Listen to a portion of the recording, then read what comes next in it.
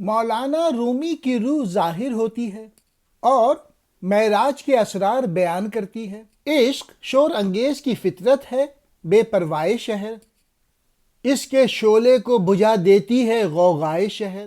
جستجو خلوت کی ہے اس کو بدشت و کوثار، یا لب دریائے آہستہ خروش و بے کنار۔ جب نہ یاروں میں کوئی محرم نظر آیا مجھے، دل سکوں کے واسطے لایا لب دریا مجھے۔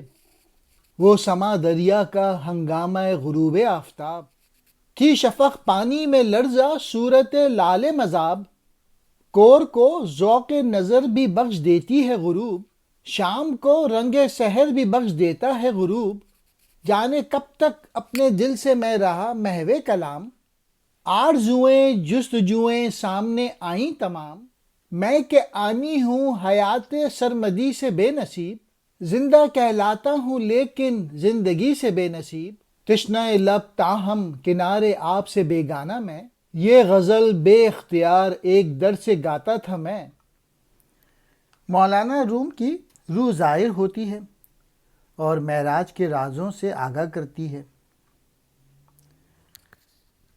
مولانا جلال الدین رومی، جن کی مثنوی بہت مشہور ہے اور جنہیں علامہ اقبال اپنا غائبانہ مرشد تسلیم کرتے ہیں، یہ بلخ میں پیدا ہوئے اور ترکی میں ان کا مزار ہے۔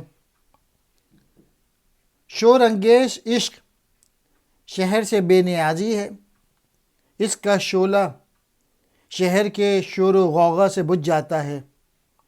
عشق آبادی کے شور و غل میں برقرار نہیں رہتا، وہ عشق یا تو دشت و کوثار میں تنہائی تلاش کرتا ہے یا پھر کسی بے حد وسیع سمندر کے کنارے کی تلاش میں رہتا ہے۔ جب میں نے دوستوں میں کوئی محرم نہ دیکھا تو میں نے تھوڑی دیر کے لیے ذہنی سکون کے لیے دریا کے کنارے پر چلا گیا۔ سمندر ہے اور سورج غروب ہونے کا وقت ہے، شفق کے باعث نیلے رنگ کا پانی لال سیال بنا ہوا ہے۔ سورج کے غروب ہونے کا منظر ایک اندھے کو بھی ذوق نظر بخشتا ہے اور یہ غروب شام کو صبح کا رنگ بخشتا ہے۔ اندھے سے مراد وہ انسان جو ذوق نظارہ سے عاری ہو۔ میں اپنے دل سے باتیں کر رہا تھا اور میرے دل میں آرزوئیں اور امنگیں مچل رہی تھیں۔ میں اس خیال میں کھویا ہوا تھا کہ میری زندگی پل بھر کی ہے، مجھے حیات جاویدانی نصیب نہیں، زندہ ہوتے ہوئے بھی زندگانی یعنی حقیقی زندگی سے محروم ہوں۔